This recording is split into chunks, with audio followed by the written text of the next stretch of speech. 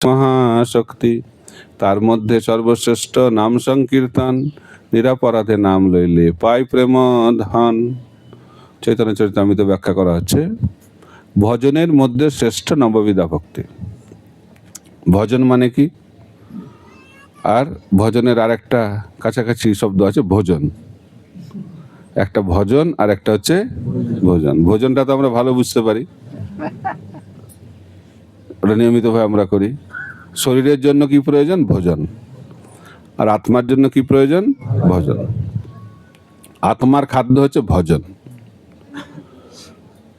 তো ভজন মানে হচ্ছে ভক্তির অঙ্গ, যেটা অভ্যাস করলে আমরা ভগবানকে পাব। তো ভক্তির অনেক অঙ্গ শাস্ত্রে ব্যাখ্যা করা হয়েছে। রূপ গোস্বামী ভক্তির 64টি অঙ্গ ব্যাখ্যা করেছেন ভক্তিরসামৃত সিন্ধু গ্রন্থে। বিভিন্ন শাস্ত্রে বিভিন্ন পন্থার কথা ব্যাখ্যা করা হয়েছে। কিন্তু প্রহ্লাদ মহারাজ তিনি শ্রীমদ্ ভাগবতে ভক্তির 9টি অঙ্গের কথা বলেছেন, যেটাকে বলে নববিধা ভক্তি। সেটাকে বলা হচ্ছে শ্রেষ্ঠ। ভজনের মধ্যে শ্রেষ্ঠ নববিধা ভক্তি। নববিধা ভক্তিটা কিরকম? ভক্তির 9টি অঙ্গ: শ্রবণম কীর্তনম বিষ্ণু স্মরণম পাদ সেবনম অর্চনম বন্দনম দাস্যম সক্ষম আত্মনিবেদনম। শ্রবণ কীর্তন আদি ভক্তির যে 9টি অঙ্গ, সেটি শ্রেষ্ঠ কেন? কৃষ্ণ প্রেম, কৃষ্ণ দিতে ধরে মহাশক্তি। তা আপনারা প্রথমেই বলেছেন আপনারা কৃষ্ণকে পেতে চান, তো কৃষ্ণ এবং কৃষ্ণ প্রেম দিতে শক্তি রাখে এই নববিধা ভক্তি। তারপরে বলা হচ্ছে তার মধ্যে সর্বশ্রেষ্ঠ নাম সংকীর্তন। এর মধ্যেও শ্রেষ্ঠ হচ্ছে বিশেষ করে কলিযুগে নাম সংকীর্তন। কেন? নিরাপরাধে নাম লইলে পাই প্রেমধন। আমরা যদি অপরাধ শূন্য হয়ে শুদ্ধভাবে ভগবানের নাম করি, তাহলে আমরা কি লাভ করব? কৃষ্ণ প্রেম লাভ করব।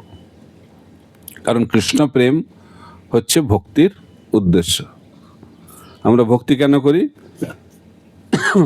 ভক্তি কেন করা উচিত? কি লাভ করার জন্য? কারণ যে কোনো কার্যের পিছনে উদ্দেশ্য থাকা দরকার। তো যখন আমরা ভগবানের নাম করব বা ভক্তি করব, তার উদ্দেশ্য কি হওয়া উচিত? কৃষ্ণ প্রেম প্রাপ্ত হওয়া। আমরা ভক্তির জন্য, মুক্তির জন্য ভক্তি করি না। মহাপ্রভুর পন্থা হচ্ছে আমরা প্রেম, ভগবানের চরণে প্রেম লাভ করতে চাই। কারণ কৃষ্ণ প্রেম পেয়ে গেলে সব পাওয়া হয়ে যায়। কিন্তু অনেকে আছে যাদের বুদ্ধিটা অত পরিপক্ক হয়নি এখনো, বাংলা ভাষায় যাদেরকে বলে বোকা, আর একটু ভালো ভাষায় বলা হয় মূর্খ। তারা মহাপ্রভুর কাছে গিয়ে কি চায়? মহাপ্রভু বলছেন, আমা ভজে বিষয় মাঙ্গে, সে তো বড় মূর্খ। তো মহাপ্রভুর কাছে গিয়ে যদি আমরা জাগতিক কিছু চাই, টাকা পয়সা, গাড়ি বাড়ি, ধন দৌলত, ছেলের বিয়ে, মেয়ের বিয়ে, ছেলের চাকরি, জামাইয়ের ব্যবসা, এইসব যদি গিয়ে চাই মহাপ্রভুর কাছে, তো মহাপ্রভু বলছেন তারা বুদ্ধিমান নয়, তারা কি? মূর্খ, মহামূর্খ বলা। কেন তারা মূর্খ? কেন? যদি কেউ আপনাকে কোটি কোটি টাকা দিতে পারে, তার কাছে গিয়ে বলেন আমি আজকে সকালে খেতে পাচ্ছি না, আমাকে কিছু পয়সা দিন যাতে আমি সকালের খাবারটা কিনে খেতে পারি, এটা বুদ্ধিমানের কাজ না বোকার কাজ? বোকার কাজ। তো কৃষ্ণ আমাদেরকে কি দিতে পারে? কি দিতে পারে আমাদেরকে?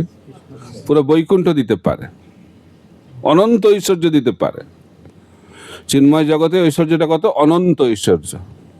আর সেখানে আমরা কিভাবে যেতে পারবো? কৃষ্ণ প্রেম লাভ করলে। তো সেটা না চেয়ে যদি আমরা এই জগতে কিছু চাই, বাড়ি দাও, তারপরে একটা ভালো বাড়ি হয়ে গেলে গাড়ি দাও, তারপরে একটা ভালো বিয়ে করে দাও, তারপরে বিয়ে হয়ে গেলে একটা সন্তান দাও। তো এইভাবে আমরা চাইতে থাকি আর ভাবছি এগুলো হয়ে গেলেই, এগুলো যখন সব হয়ে যাবে তখন আমি খুব ভালোভাবে শান্তিতে ভজন করব। হবে কোনোদিন? এই জগতে শান্তি পাওয়া যায়? পাওয়া যায় না। বাংলায় বলে না, সুখ কোথায় পাওয়া যায় আর শান্তি কোথায় পাওয়া যায়? সুখ কোথায় পাওয়া যায়? স্বপ্নে। আর শান্তি কোথায় পাওয়া যায়? শ্মশানে। হতাশায় এগুলো বলে, হতাশায় পাওয়ার চেষ্টা করছে কিন্তু পাচ্ছে না। তো তো হতাশায় কবিরা এরকম লেখে, কোথায় পাওয়া যাবে সুখ? পাওয়া যাবে কোথায়? স্বপ্নে, অলিক স্বপ্ন। আর শান্তি কখন হবে? মরে গেলেই শান্তি। বেঁচে থাকা এত ঝামেলা, মরে গেলেই শান্তি। এর অনেকে সুইসাইড করে, আর বাঁচতে পারছে না, এত কষ্ট, মরে যায়। কিন্তু তারা ভাবছে মরে গেলেই সব শেষ। কিন্তু মরে গেলে তো শেষ নেই, আবার আসতে হবে। জাতস্য হি ধ্রুব মৃত্যুর, ধ্রুবং জন্ম মৃতস্য। জন্ম হলে কি হবে? মৃত্যু। মৃত্যু হলে কি হবে? কতদিন ধরে হবে? অনাদিকাল ধরে হয়ে আসছে। তাই মরে যাওয়াটা জীবনের সমাধান নয়। তাই আমাদেরকে জানতে হবে যে এই সমস্ত বিষয় থেকে মুক্ত হওয়াটাই হচ্ছে জীবনের উদ্দেশ্য। তো কে শান্ত হতে পারে? কে শান্তি লাভ করবে? কৃষ্ণ ভক্ত নিষ্কাম অতএব শান্ত, মুক্তি মুক্তি সিদ্ধিকামী সকলেই অশান্ত। কৃষ্ণ ভক্তর লক্ষণ হচ্ছে শ্রীকৃষ্ণ শান্ত। কেন শান্ত? তার একটি বিশেষ যোগ্যতা রয়েছে, নিষ্কাম। অর্থাৎ আমরা যদি নিজেকে কৃষ্ণ ভক্ত বলে পরিচয় দিতে চাই, তাহলে যোগ্যতাটা কি? নিষ্কাম। নিষ্কাম মানে আমি ভক্তি করব, কিন্তু ভগবানের কাছে ভক্তির বিনিময়ে কিছু জাগতিক কিছু চাইব না। এটা হচ্ছে নিষ্কাম ভক্তের লক্ষণ। কিন্তু এই জগতে মানুষ ভক্তি করতে এসে ভাবে এখন তো সকাম হই, তারপরে পরে দেখা যাবে নিষ্কাম। এখন নিষ্কামের সময় আসেনি।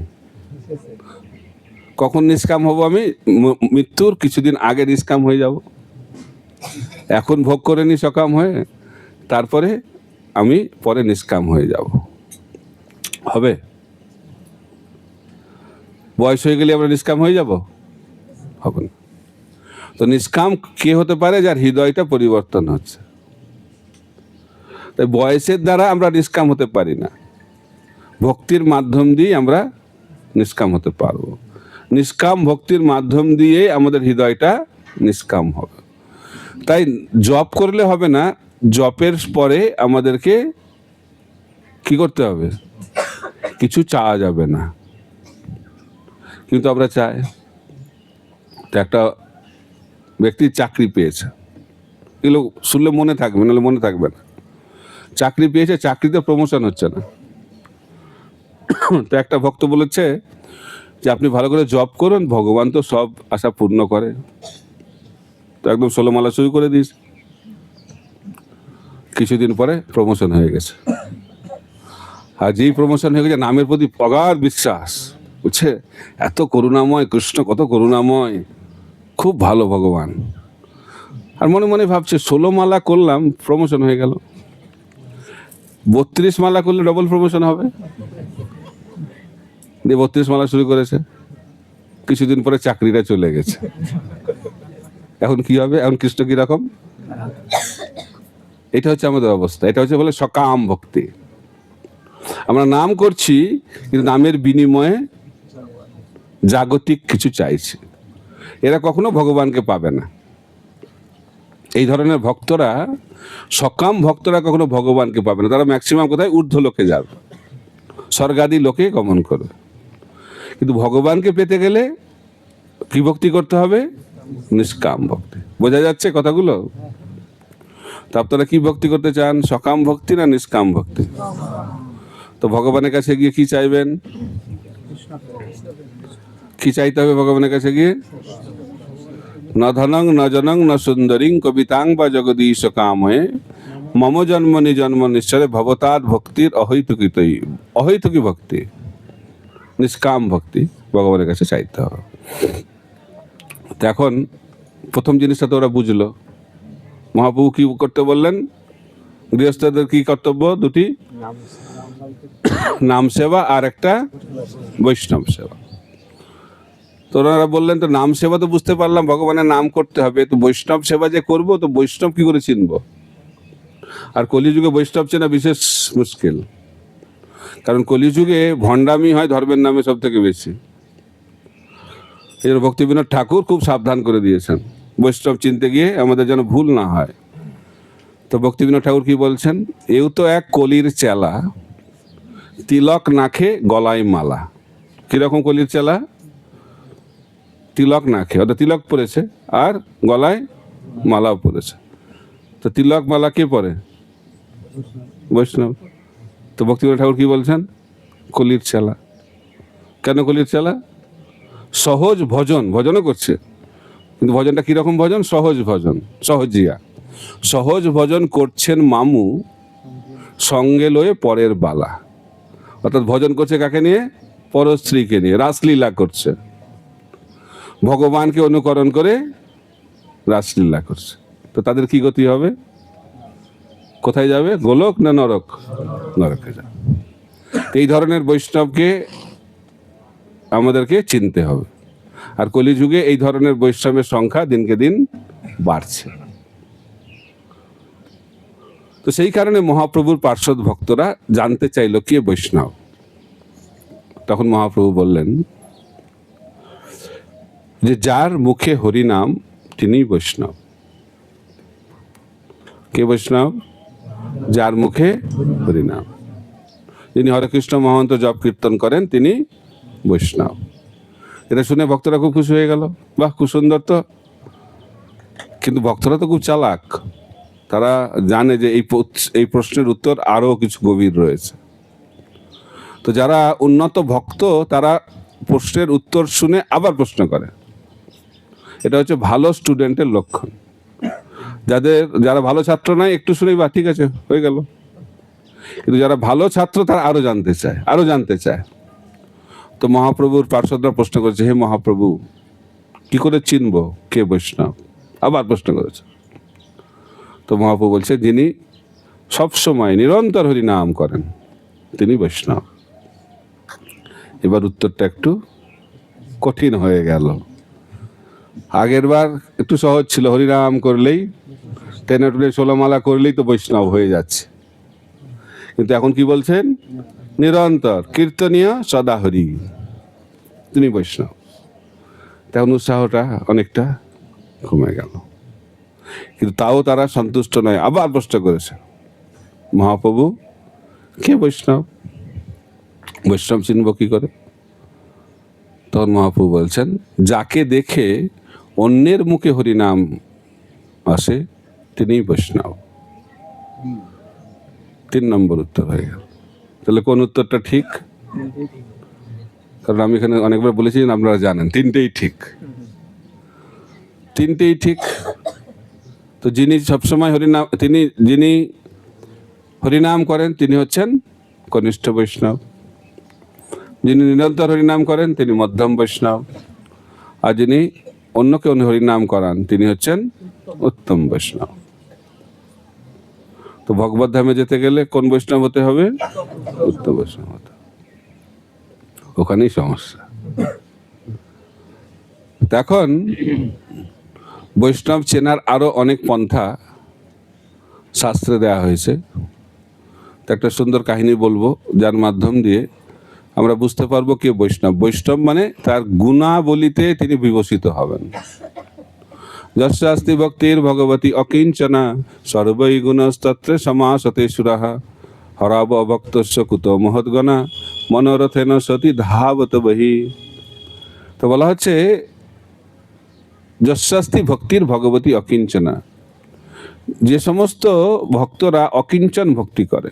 অকিঞ্চন ভক্তি মানে যারা ভক্তির বিনিময়ে কিছু জাগতিক চান না, শুদ্ধ ভক্তি করেন, তাদের চরিত্রে দেবতাদের সমস্ত গুণাবলী প্রকাশিত হয়।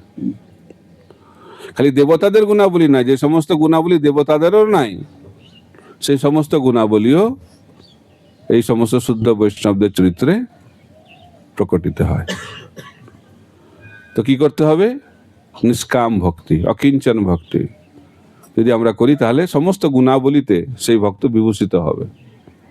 আর যারা ভক্ত নয় তাদের তথাকথিত গুণাবলীর কোনো মূল্য নেই, কারণ তারা মনের রথে এদিকে ওদিকে ঘুরে বেড়াবে। কোথায় ঘুরে বেড়াবে? ব্রহ্মাণ্ড ভ্রমিতে কোনো ভাগ্যবান জীব ব্রহ্মাণ্ড ভ্রমণ করতে থাকবে, কবু স্বর্গে কবু নরকে, এইভাবে আমরা ঘুরতে থাকছি। অনাদিকাল ধরে। তো যারা মনের রথে চড়বে তারা কোথায় ঘুরবে? এই জগতে বিভিন্ন দেহতে, বিভিন্ন লোকে, বিভিন্ন ব্রহ্মাণ্ডে ভ্রমণ করে বেড়াবে। তাদের আর কি ভালো গুণ থাকতে পারে? কোনো ভালো গুণ থাকতে পারে না। আর সে তথাকথিত ভালো গুণের কোনো মূল্য নেই। তাই যদি গুণাবলীতে বিভূষিত হতে হয় তাহলে ভক্ত হতে হবে। আর কিরকম ভক্ত? শুদ্ধ ভক্ত হতে হবে। তাই ভক্ত মানে তার গুণ থাকতে হবে, বাহ্যিকভাবে ভক্ত হওয়া যায় না। তিলক করেছি, দীক্ষা নিয়েছি, মালা পড়ছি, জপ করছি, মন্দিরে যাচ্ছি, উৎসবে যাচ্ছি, ধাম দর্শন করতে যাচ্ছি, বৈষ্ণব হয়ে গেছে। এত কিছু করে যদি কোনো গুণ প্রকাশিত না হয় তাহলে বুঝতে হবে সে মনের রথেই ঘুরছে। বাহ্যিকভাবে দেখাচ্ছে ভক্তি করছে, কিন্তু ঘুরছে কোথায়? মনের রথে ঘুরছে। একবার একটি বৈষ্ণব দক্ষিণ ভারতে তার গুরুদেবের কাছে গিয়ে প্রশ্ন করেছে, পরাশর ভট্ট। তো পরাশর ভট্টকে জিজ্ঞেস করেছে, কে বৈষ্ণব? তখন সেই পরাশর ভট্ট বলেছেন, আমি এই প্রশ্নের উত্তর দেব না, তুমি চলে যাও অনন্ত আচার্যের কাছে, তিনি মহান বৈষ্ণব, তিনি তোমাকে এই প্রশ্নের উত্তর দেবেন। চলে গেছে অনন্ত আচার্যর কাছে। তো প্রথমে যখন গেছে খুব সম্মান টম্মান করেছে তাকে, তারপরে আর তাকে খুব একটা গুরুত্ব দিচ্ছে না। আর প্রশ্নের উত্তর বলছে দেবো, কিন্তু কবে দেবো আর বলছে না। তো একদিন কি হয়েছে, এরকম অনেকদিন কাটছে, কিন্তু সে ভাবছে আমি তো প্রশ্নের উত্তর শুনেই যাব, প্রশ্নের উত্তর না পেয়ে আমি এখান থেকে যাব না। আমাকে যাই করুক, সম্মান করুক, অপমান করুক, যা কিছু করুক, আমি প্রশ্নের উত্তর জেনেই যাব। তখন একদিন ফিস্ট হচ্ছে, মহাভোজ, উৎসব হয়েছে, তো মহাভোজ হচ্ছে। মহাভোজে গিয়ে সেই ভক্ত বসেছে প্রসাদ পাওয়ার জন্য। আর অনন্ত আচার্য এসে বলছে, এখন তুমি ওঠো এখান থেকে, এখন তুমি প্রসাদ সার্ভিস করো, পরের ব্যাচে প্রসাদ পাবে। সে প্রসাদ সার্ভিস করেছে, পরের ব্যাচে বসতে গেছে, আবার উঠিয়ে দিয়েছে, বলছে এই ব্যাচটা সার্ভিস করো, তারপরে পরের ব্যাচে প্রসাদ পাবে। তারপরে আবার বসতে গেছে, আবার উঠিয়ে দিয়েছে। সব ব্যাচ যখন হয়ে গেছে আর কেউ বাকি নাই, তখন বলছে এখন তুমি প্রসাদ পেতে পারো। তারপরে খুব সুন্দরভাবে প্রসাদ পেয়েছে। আর যখন তার এই মনোভাব দেখেছে অনন্ত আচার্য, অপূর্ব সেই মনোভাব, তখন অনন্ত আচার্য বলছে, আজ আমি তোমার প্রশ্নের উত্তর দেব। তো বলুন গুরুদেব, কে বৈষ্ণব? বৈষ্ণবের লক্ষণটা কি? তখন বলছে, বৈষ্ণব হচ্ছে একটা সারস পাখির মতো, বৈষ্ণব হচ্ছে একটা মোরগের মতো, তারপরে বৈষ্ণব হচ্ছে লবণের মতো, আর বৈষ্ণব হচ্ছে তোমার মতো। চারটে উদাহরণ দিয়েছে। তোমার মতো মানে যে বৈষ্ণব প্রশ্ন করছে তার দেখি। প্রথমটা কি? সারস পাখি। দ্বিতীয়টা কি? মোরগ। সব চেনেন, আপনি এদেরকে তো চেনেন তো আপনারা। 3 নম্বর লবণ, আর 4 নম্বর হচ্ছে ওই ব্যক্তি। এই প্রশ্নের উত্তর শুনে তার আরো মাথা ঘুরছে, কিছুই বুঝতে পারছি না, এবার কি উত্তর হলো। তখন সে ভাবলো আমি তো প্রশ্নের উত্তর পেয়ে গেছি।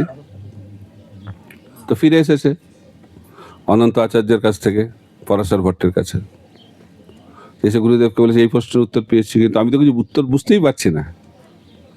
প্রশ্নের উত্তর তো পেলাম, কিন্তু তো আমি উত্তরের কোনো অর্থ বুঝতে পারছি না। তা আপনি আমাকে দয়া করে বোঝান। আর এই উত্তর শুনে, অনন্ত আচার্যের উত্তর শুনে পরাশর ভট্টের খুব খুশি হয়েছে, খুব আনন্দ হয়েছে।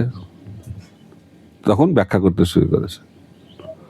তো সারস পাখি আপনারা তো জানেন তার গায়ের রংটা কিরকম? সারস পাখির গায়ের রং কিরকম? সাদা, পুরো সাদা, ধবধবে সাদা। তো বৈষ্ণবের হৃদয়টা কেমন হবে? সারস পাখির মতো, পুরো পরিষ্কার, কালিমা মুক্ত।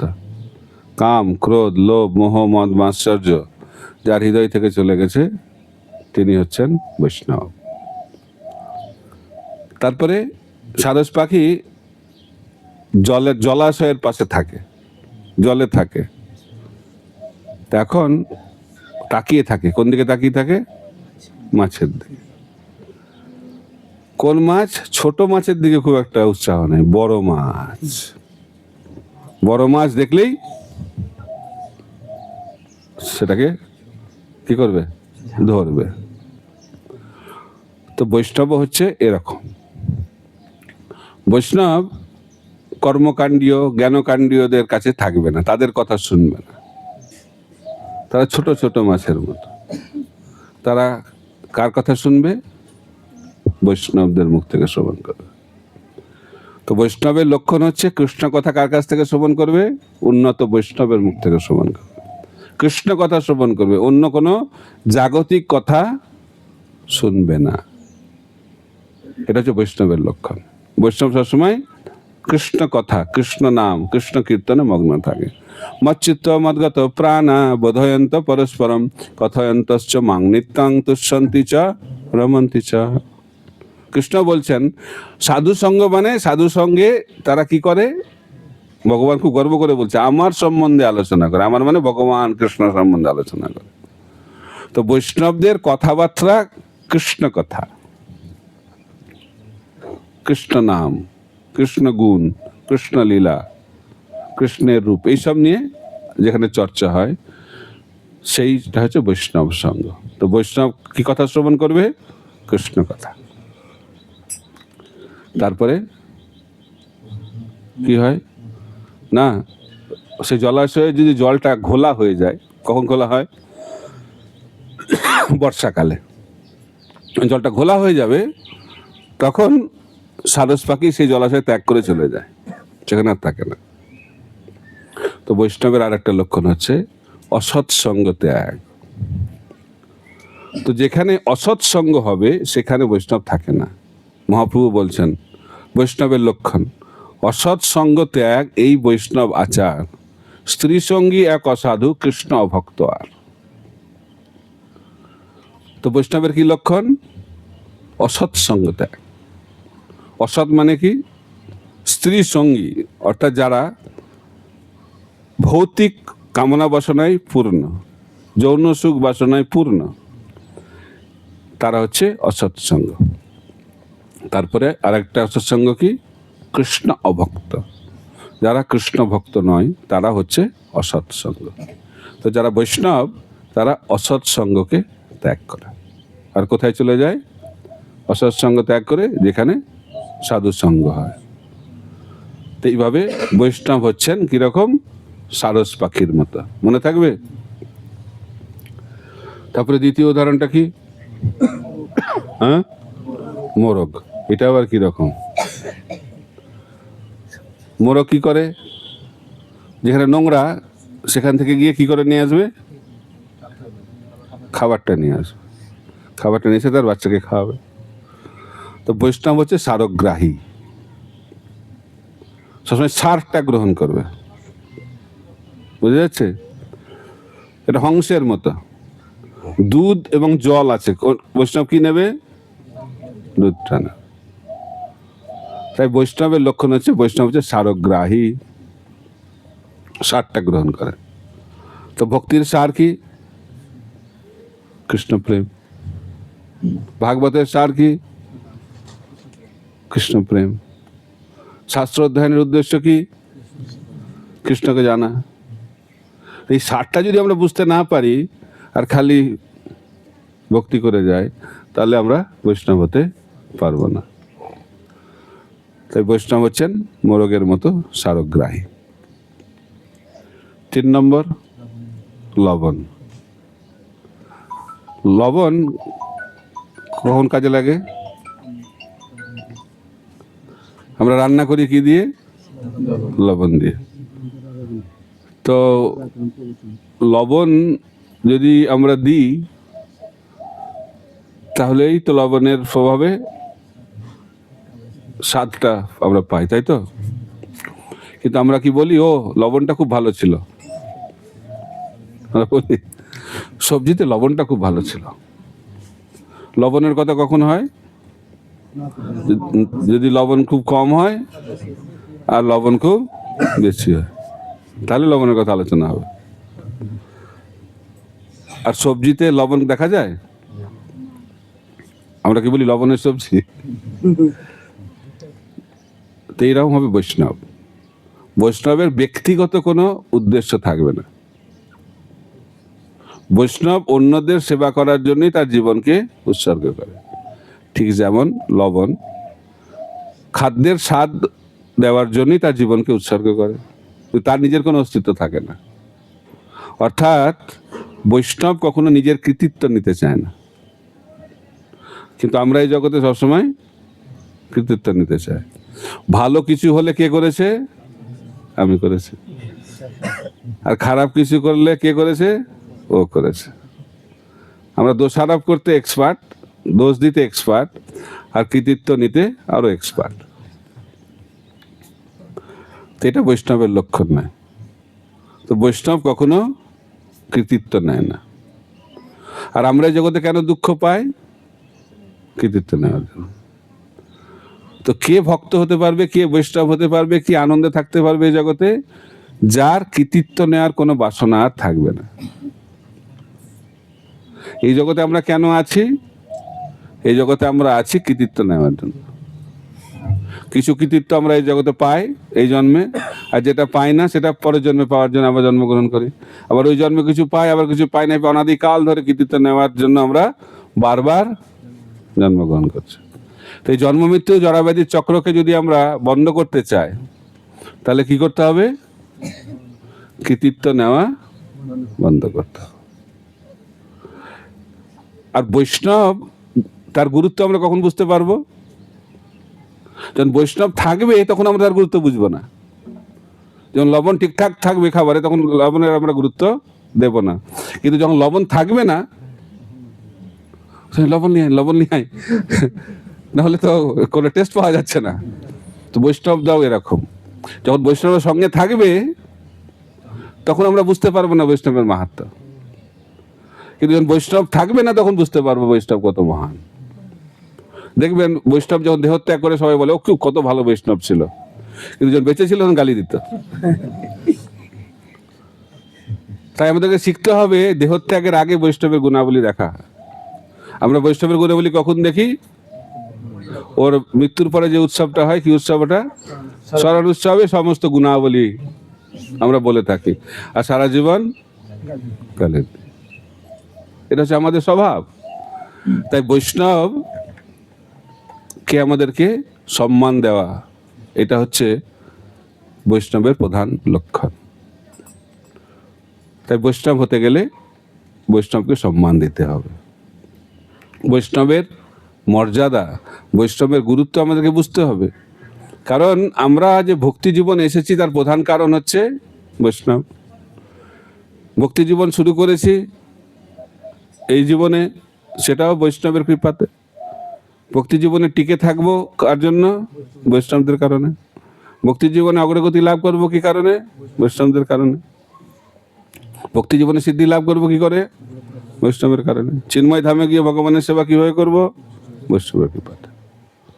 তো বৈষ্ণব হচ্ছে আমাদের জীবনের একটা অবিচ্ছেদ্য অঙ্গ, নিত্য। তো এই জিনিসটা যদি আমরা বুঝতে পারি তাহলে আমরা বৈষ্ণব হতে পারবো। তাই বৈষ্ণবকে কিরকম হতে হবে? লবণের মতো। লবণ মানে সেবা, কিন্তু সেই সেবার বিনিময়ে কিছু চাওয়া পাওয়া নেই। আশাহি পরম দুঃখম। পিঙ্গলা বেশ্যা শ্রীমদ্ ভাগবতে ব্যাখ্যা করছেন, আমরা এই জগতে কেন দুঃখ পাই? আশা। কিরকম আশা? কলিযুগে তো আশা বিরাট আশা, যোগ্যতা নাই তাও আশার বিরাট। সাইলেন্ট করে দিন ফোনটাকে, তাহলে খুব ভালো হয়। তো আমাদের যোগ্যতা নেই, কিন্তু আশাটা কতটা বিরাট, বড় বড় আশা। মাথায় বুদ্ধি নেই, কিন্তু ভাবছে যে আমি যদি ফার্স্ট হতে পারি।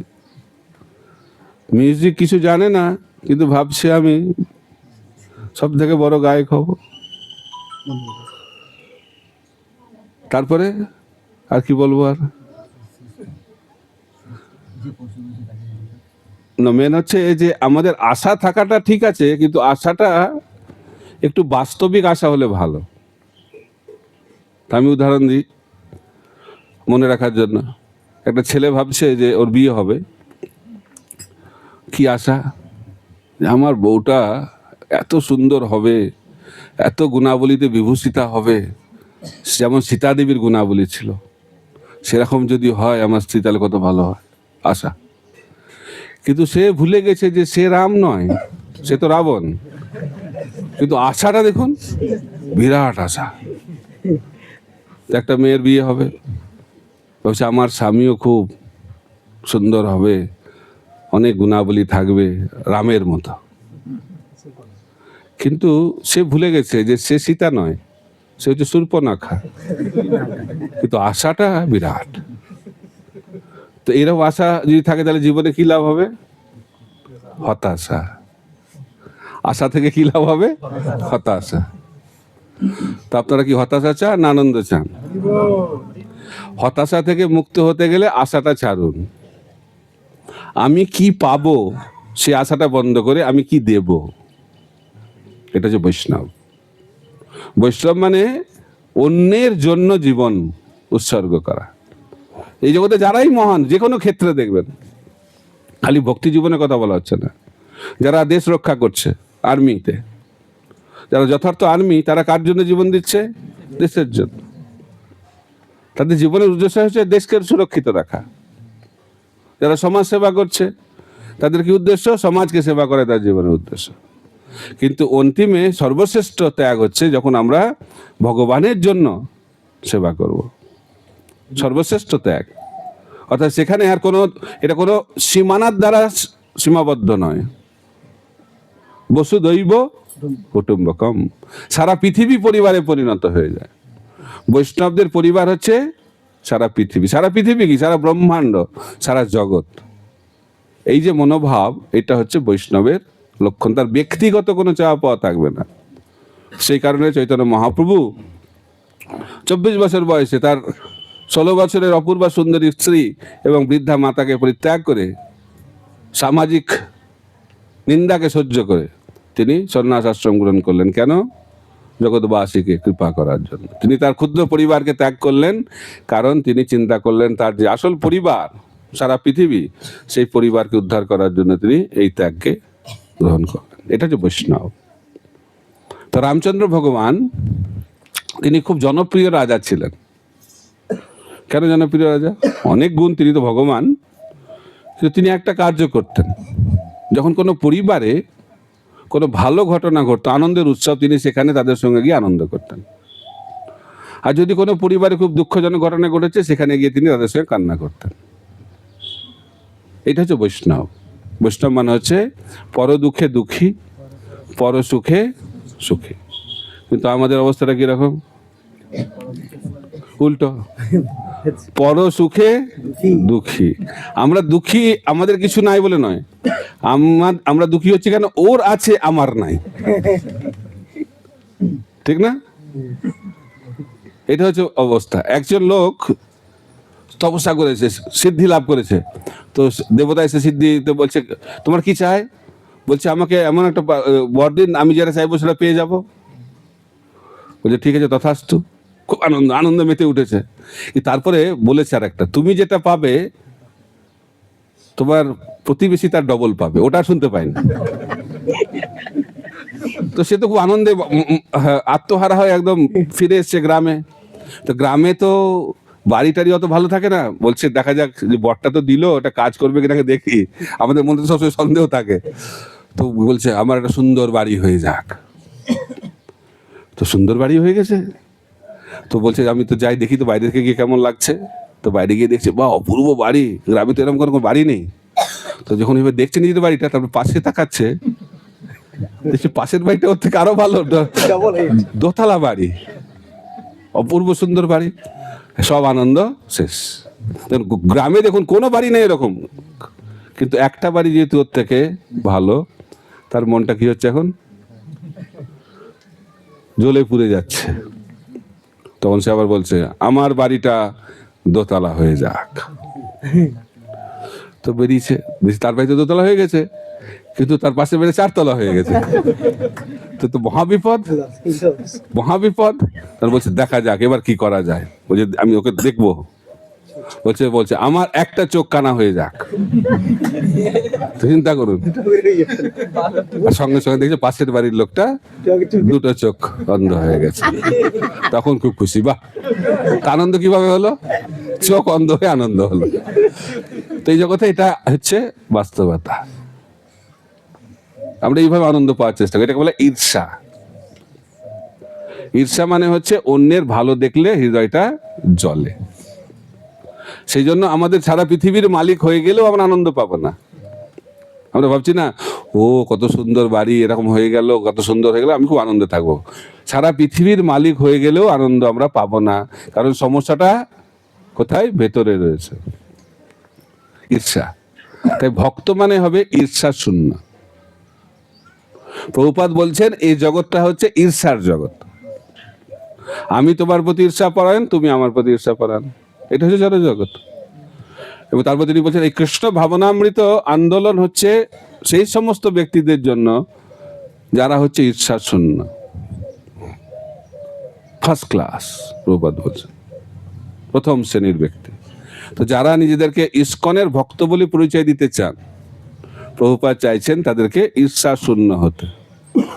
ঈর্ষা থাকলে আমরা ইস্কনের ভক্ত বলে পরিচয় দেওয়ার কোনো যোগ্যতা আমাদের নেই। বাহ্যিকভাবে হতে পারে, ষোলমালা জপ করছি, দীক্ষা হয়ে গেছে, নামও হয়ে গেছে, ব্রাহ্মণ দীক্ষা হয়ে গেছে, কিন্তু যথার্থ আমরা সদস্য হতে পারবো না। তো যথার্থ সদস্য হতে গেলে ঈর্ষা মুক্ত হতে হবে। বোঝা যাচ্ছে? এটা হচ্ছে লবণ। 3 নম্বর হল লবণের কি মহিমা, বোঝা যাচ্ছে?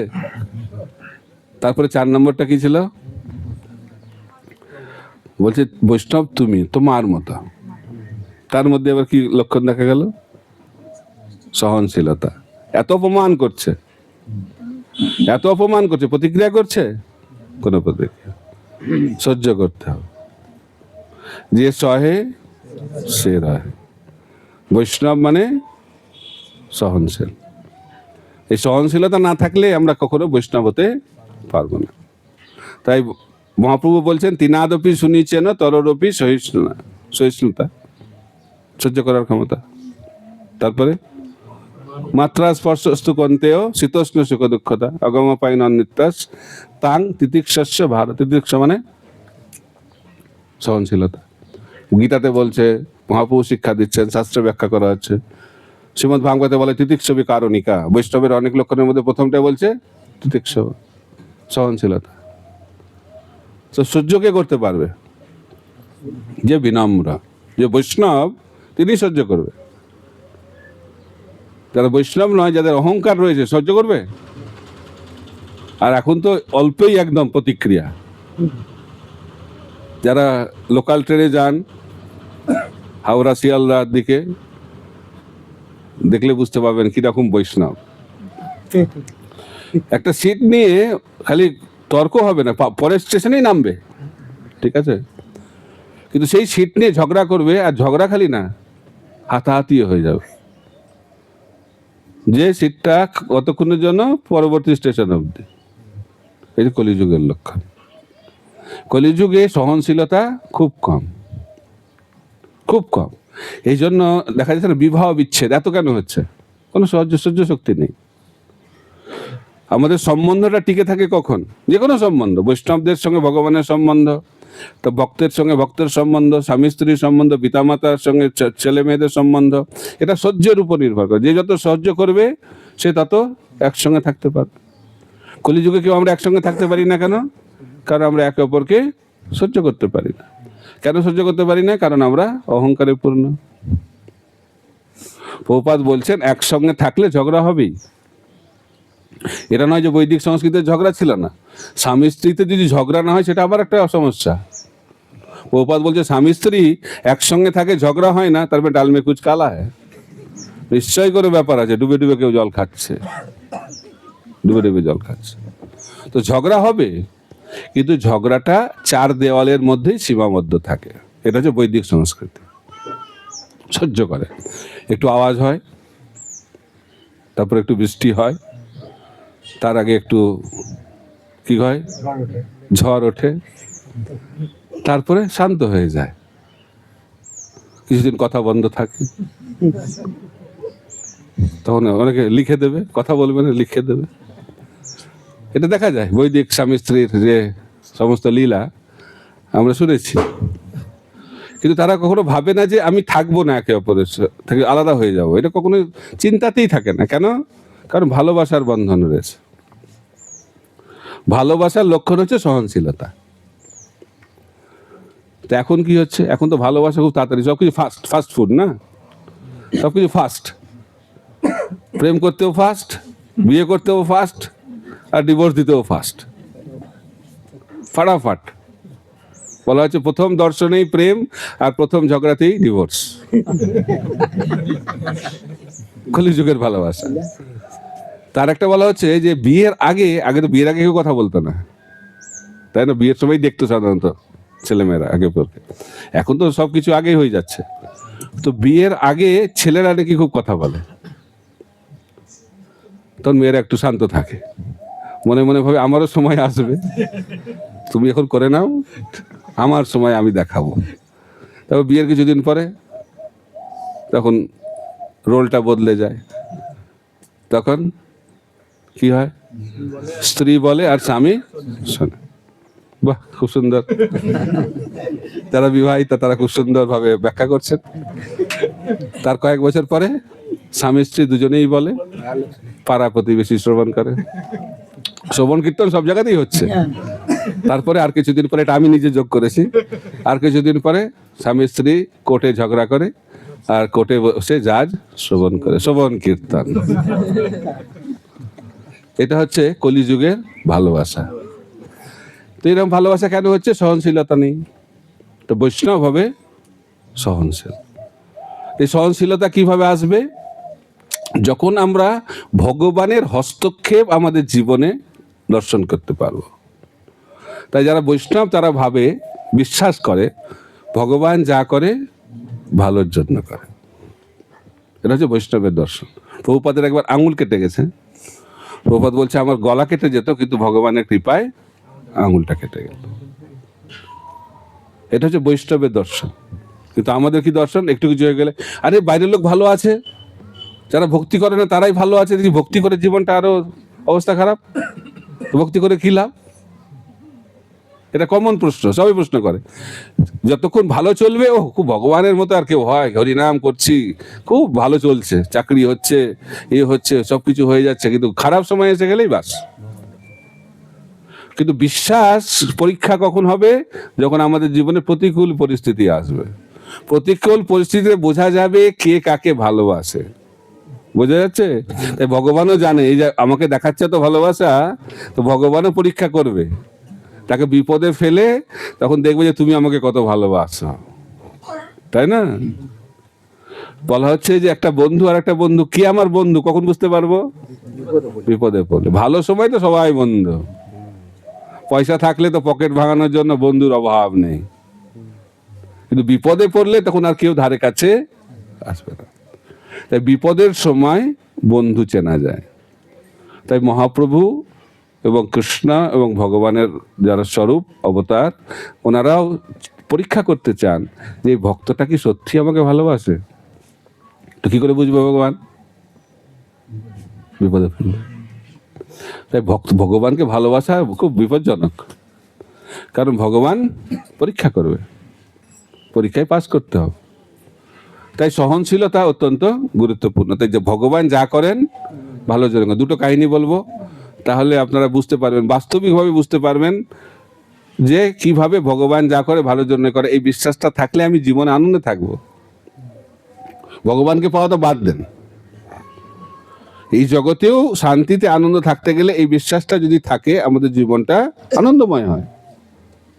তো একটা লোক নদী পার হচ্ছে, এই কাহিনীগুলো মনে রাখবেন, তাহলে কি হবে, বিপদে পড়লে এগুলো স্মরণ করলে ভগবানের প্রতি বিশ্বাসটা আস্তে আস্তে বাড়বে। কারণ বিপদে না পড়লে বিশ্বাস শক্তিশালী হয় না। তো নৌকা দিয়ে পার হচ্ছে, তো সেই লোকটার সঙ্গে অনেকে আছে বন্ধু বান্ধব, কিন্তু কারো হাতে ঘড়ি নাই। তো তাদের একটা কাজ আছে, তো ঠিক সময় পৌঁছাতে হবে, তো জিজ্ঞেস করছে কটা বাজে এখন। তো পাশে একটা বিরাট চেহারার লোক বসেছিল, তাকে জিজ্ঞেস করছে কটা বাজে, যে কটা বাজে জিজ্ঞেস এক চর মেরেছে তাকে কাল। তো ঘাবড়ে গেছে, আরে কি? তো অন্যান্য বন্ধুরা খুব রেগে গেছে, আরে প্রশ্ন করছে আর এইভাবে চর মারলো। তারা ওকে মারতে যাচ্ছে, তো বলছে দাঁড়া দাঁড়া, শান্ত শান্ত। বলছে আপনাকে আমি তো প্রশ্ন করলাম যে কটা বাজে, তা আপনি আমাকে এরকম মারলেন কেন? বলছে আমি এইভাবেই প্রশ্নের উত্তর দিই, এইভাবেই আমি সময় বলি যে কটা বাজে। বলছে কি করে বুঝবো? বলছে কটা খেয়েছেন? একটা। তার মানে এখন একটা বাজে। আর বন্ধুগুলো আরো রেগেছে, মারছে চর আর এরকম ভাবে মজা করছে। তখন তারা আরো খেপে গিয়ে মারতে যাচ্ছে, বলছে না না, ভগবান যা করে মঙ্গলের জন্য করে। আপনি খেলেন চর আর বলছেন যে ভগবান যা করে মঙ্গলের। বলছে হ্যাঁ, কেন? সময়টা আমি এখন জিজ্ঞেস করেছিলাম, 1 ঘন্টা আগে জিজ্ঞেস করলে কি হতো আমার, তাই না? ভগবান যা করে এটা গেল একটা কাহিনী। আরেকটা কাহিনী, রাজার কাহিনী। তো রাজা নাস্তিক রাজা, তার মন্ত্রী আবার ভক্ত, ভগবান যা করে ভালোর জন্যই করে এই দলের লোক। তো কি হয়েছে, একবার রাজার আঙুল কেটে গেছে। তো মন্ত্রীকে ডেকে বলেছে আঙুল কেটে গেছে, ভাবছে মন্ত্রী দুঃখ দেখাবে। তো মন্ত্রী বলছে ভগবান যা করে ভালোর জন্যই করে। আরে আমার আঙুল কেটে গেল আর তুমি বলছো ভালো হয়েছে, এটা ধরো এটাকে। তো সিকিউরিটি রেখেছে, বলছে জেলে ভরো। তো মন্ত্রী বলছে ভগবান যা করে ভালোর জন্যই করে। রাজা বলছে পাগল হয়ে গেছে, পুরো পাগল, নিজে জেলে যাচ্ছে, আমার আঙুল কাটছে, বলছে সব ভালো। তো রাজা এখন জঙ্গলে শিকার করতে গেছে, শিকার করতে করতে গিয়ে দল হারা হয়ে গেছে, একা একা ঘুরছে, হারিয়ে গেছে জঙ্গলে। তো সেখানে কিছু লোক সেখানে দেবীর পূজা করছে, আর সেদিন নরবলি হবে। লোক খুঁজছে কোথায় পাওয়া যায়, খুঁজছে, দেখছে বাহ এত সুন্দর পাওয়া গেছে একটাকে, ধর ওটাকে। ধরেছে রাজাকে, তো নিয়ে এসছে, খুব সুন্দর সুন্দর সুন্দর চেহারা, নাদুস নাদুস চেহারা। তো এ তো ভালো, মানে কালী দেবী খুব খুশি হয়ে যাবে আজ। তো নিয়ে এসছে, তখন চান টান করিয়েছে। তারপরে একটা পরীক্ষা করতে হয় যে শরীরে কোনো খুঁত আছে কিনা। তো দেখছে ব্রাহ্মণ, আরে শরীরে তো খুঁত, আঙুল কাটা। বলছে চলবে না, রিজেক্ট। তো রাজা তো খুব আনন্দ পেয়ে গেছে, তাহলে বাঁচলাম, তাহলে আমি তো আমার বলি থেকে আমি বেঁচে গেলাম। তখন মন্ত্রীর কথা মনে পড়েছে, ভগবান যা করে ভালোর জন্য করে। আজকে আঙুলটা কেটেছিল বলে গলাটা, গরদানটা আমার থাকলো, কিন্তু তারপরেও তার বুদ্ধিটা কাজ করছে না। বলছে আমার আঙুলটা কাটলো, যেটা করে ভালোর জন্য করে। তো ফিরে এসে মন্ত্রীকে ডেকে পাঠিয়েছে। তো মন্ত্রীকে বলেছে এটা বুঝলাম যে তুমি বলেছো যে আমার আঙুল কেটেছে ভালোর জন্যই হয়েছে, সেই জন্য আজকে আমি বেঁচে গেলাম, কিন্তু তোমাকে যে জেলে পাঠালাম এটা কি করে ভালো হলো, সেটা বুঝতে পারলেন না। আমি যদি জেলে না থাকতাম তাহলে আপনার সঙ্গে যেতাম, আর আমাকে ধরতো, আর আমার তো আঙুল কাটা নাই, তা আমার গলাটা যেত কিনা। তো যেহেতু আমি জেলে ছিলাম বলে বেঁচে গেলাম। তাই ভগবান যা করে ভালোর জন্য করে। এটা এই জগতেও কত কাজে দেবে না বেঁচে থাকার জন্য। কিন্তু ভক্ত হিসেবে আমাদের এই বিশ্বাস যদি না থাকে, তাহলে সবসময় উদ্বেগের জীবন কাটবে, উদ্বেগ। কিন্তু যদি আমরা মেনে নিই যে যা কিছু হচ্ছে ভগবানের ইচ্ছাতে হচ্ছে, ভগবানই হচ্ছেন আমাদের নিয়ন্তা, তাহলে আমাদের সমস্ত দুশ্চিন্তা দূরে চলে যাবে। তাই ভগবান বলছেন সর্বধর্মান পরিত্যজ্য মাম একং শরণং ব্রজ অহং ত্বং সর্ব পাপেভ্য মোক্ষয়িষ্যামি মা শুচঃ। আমাদের সবসময় চিন্তা, দুশ্চিন্তা, কি হবে কি হবে কি হবে। এই দুশ্চিন্তা কখন চলে যাবে? যখন আমরা ভগবানের চরণে সম্পূর্ণরূপে শরণাগত হয়ে যাব। শরণাগতি মানে কি? হে ভগবান, আপনি হচ্ছেন আমার জীবনের নিয়ন্তা, আপনি আমাকে যেভাবে রাখবেন সেটাতেই আমি খুশি। রাখবি মারবি যো ইচ্ছা তুহারা, এটা হচ্ছে শরণাগতি। আর এই স্তরে এসে গেলে আর কোনো চিন্তা নেই। তাই ভক্ত সবসময় নিশ্চিন্তে থাকে। তার একটা উদাহরণ দিয়ে আজকে ক্লাসটা শেষ করি, 1:45 বাজে প্রায়। একটা কাহিনী শুনবেন? এটা পাণ্ডবদের কাহিনী, এখানে হয়তো বলেছি আগেও, পাণ্ডবদের কাহিনী। পাণ্ডবরা সবসময় নিশ্চিন্তে থাকে, আর ওদের জীবনটা দেখবেন ছোটবেলা থেকেই ঝামেলা, ভক্ত হলেই ঝামেলা। অনেকে বলে ভক্ত মানে ঝামেলা কমে যাবে, কিন্তু দেখা যাচ্ছে উল্টো হচ্ছে, ভক্ত মানে বেশি ঝামেলা, কিন্তু ভক্তরা আনন্দে থাকে। যত ঝামেলা তত আনন্দ, এটা যে ভক্তের লক্ষণ। কর্ণ কৃষ্ণকে বলছে, কৃষ্ণ আমার জীবনটা আমার জীবনটা পুরো অবিচার দিয়ে গেল, আমি কখনো বিচার পেলাম না। কেন? আমার জন্মটা ঠিক হয়নি। একটা লিস্ট ধরিয়ে দিয়েছে কৃষ্ণকে, এটা এটা এটা এটা। আমাদেরও লিস্ট রয়েছে, প্রচুর বড় বড় লিস্ট। এই লিস্ট যতদিন থাকবে ততদিন এই জগতে থাকতে হবে। লিস্টটাকে এটা জীবন থেকে বাদ দিয়ে দিলে তবেই ভক্তি জীবনে আমরা সিদ্ধি লাভ করতে পারবো। লিস্টটা যেন না থাকে। আর তো কৃষ্ণ তখন বলছে, অনেকক্ষণ শোনার পরে বলছে, দেখো কর্ণ, তোমার সমস্যা তো শুরু হয়েছে জন্মের পরে, আমার সমস্যা শুরু হয়েছে জন্মের আগে। যখনই আমার মামা শুনলো আমার জন্ম হবে, তখন থেকেই শুরু করে দিয়েছে। প্রথমে আমার মাকে মারতে যায়, আমার ভাইগুলোকে মারলো, আমাকে মারার চেষ্টা করছে। তো এটা হচ্ছে জীবন। কিন্তু আমি কি কোনো অভিযোগ করছি? আমি তো আনন্দে কাটাচ্ছি জীবন। তাই আনন্দটা কোনো বাহ্যিক পরিস্থিতির উপর নির্ভরশীল নয়। এই জগতে সবসময় এরকম বাহ্যিক সমস্যা থাকতেই থাকবে, এটা চলতেই থাকবে। কিন্তু আমরা যদি তার দ্বারা প্রভাবিত হই, তাহলে ভক্তি জীবনের আনন্দ আমরা পাবো না। কিন্তু আমরা কি করে এই প্রভাব থেকে মুক্ত থাকবো? যদি সমুদ্রে আমরা যাই, যদি নৌকা নিয়ে যায়, তাহলে কি হবে? নৌকার কি অবস্থা হবে? স্রোতের প্রভাবটা খুব পড়বে, কারণ ওটা হচ্ছে দুর্বল। তাই আমাদের মনটা যখন দুর্বল থাকবে নৌকার মতো, তখন এই জগতে দুঃখের যে তরঙ্গ, সেটা দ্বারা আমরা প্রভাবিত হব এবং ডুবে যাব। আমরা হাবুডুবু খাচ্ছি, মায়া সমুদ্রে আমরা হাবুডুবু খাচ্ছি। কিন্তু যদি আমরা ভগবানের আশ্রয় রূপ, যদি আমরা শক্তিশালী জাহাজে আশ্রয় গ্রহণ করি, তাহলে এই জগতের যে সমুদ্রের প্রভাব, সেই প্রভাব আমাকে প্রভাবিত করতে পারবে না। তাই আমাদেরকে নৌকা ত্যাগ করে, মন রূপ নৌকাকে ত্যাগ করে, ভগবানের শ্রীচরণ রূপ যে জাহাজ, সেই জাহাজের আশ্রয় গ্রহণ করতে হবে। তাহলে কি হবে? কি হবে? আনন্দে থাকবো। আর মৃত্যুর পরে কোথায় চলে যাব? ভব সমুদ্র অতিক্রম করে ভগবদ্ধামে চলে যাব। তো বলা হচ্ছে, খুব সুন্দর একটা কথা, ভগবদ গীতা হচ্ছে জাহাজের মতো। ভব সমুদ্র পার হওয়ার জাহাজ হচ্ছে ভগবদ গীতা। ভাগবত হচ্ছে ভগবত ধামে যাওয়ার একটা সেতু।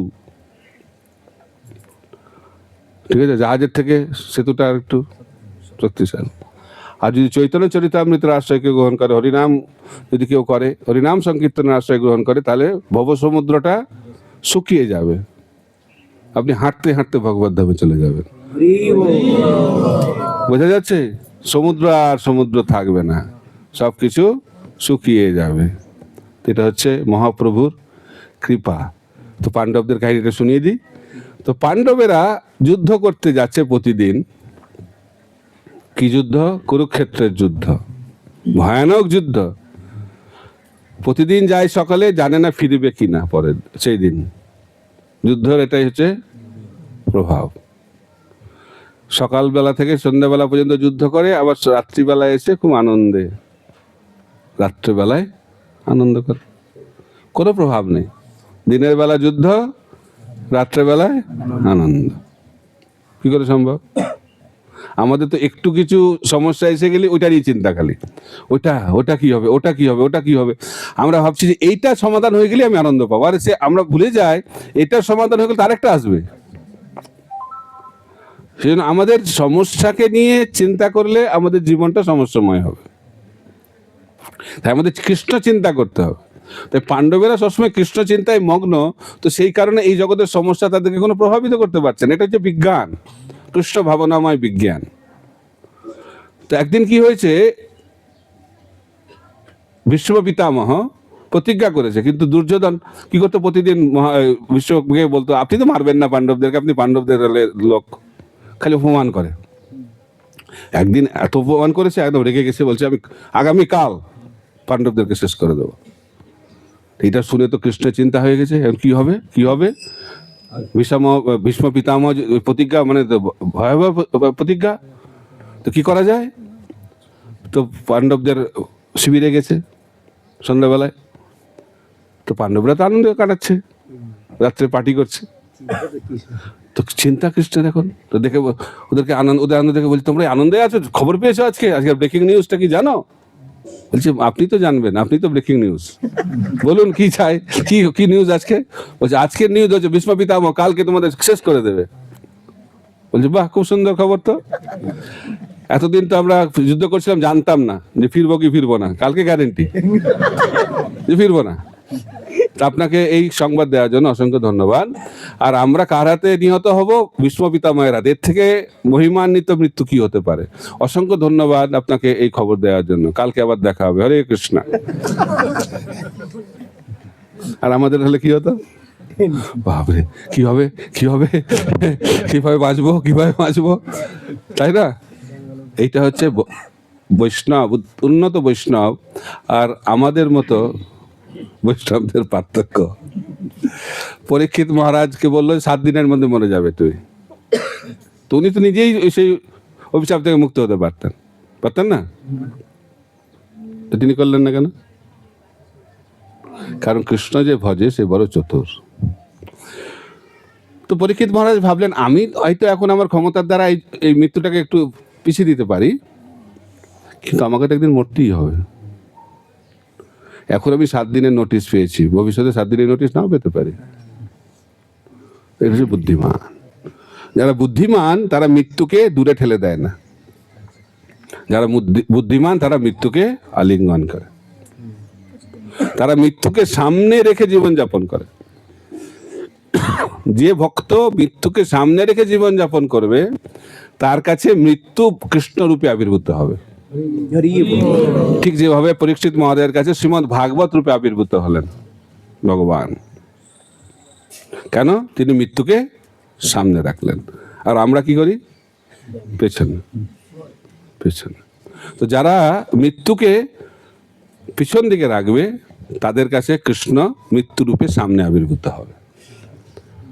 তো যারা মৃত্যুকে দর্শন করতে চান, ভয়াবহ মৃত্যুকে, তারা কি করবেন? মৃত্যুকে পেছনে রাখবেন। আর যারা কৃষ্ণকে দর্শন করতে চান, মৃত্যুকে কোথায় রাখবেন? সামনে। তো আপনারা কোথায় রাখতে চান? এখন তো বলতেই হবে, হ্যাঁ, তারপরে দেখা যাচ্ছে কি হয়। তো এখন এটা হচ্ছে কৃষ্ণ ভাবনামৃত। আমরা যে বৈষ্ণব হয়েছে কি করে বুঝবো? যখন আমার গুরু মহারাজ বলেছেন আমাকে একবার, যে প্রতিদিন সকালবেলা উঠে আমাদেরকে ভাবতে হবে এইটাই হচ্ছে আমার শেষ দিন। এটা মানে হচ্ছে মৃত্যুকে সামনে রেখে জীবনযাপন করা। অনেকের রাত্রিটা শেষ রাত্রি হয়ে যাচ্ছে, কিন্তু আমরা আর একটা রাত্রি যাপন করার সৌভাগ্য লাভ করেছি। এই জন্য আমাদের কৃতজ্ঞতা জানানো উচিত কৃষ্ণকে, এবং সেইভাবে আমাদেরকে জীবনকে পরিচালনা করা উচিত।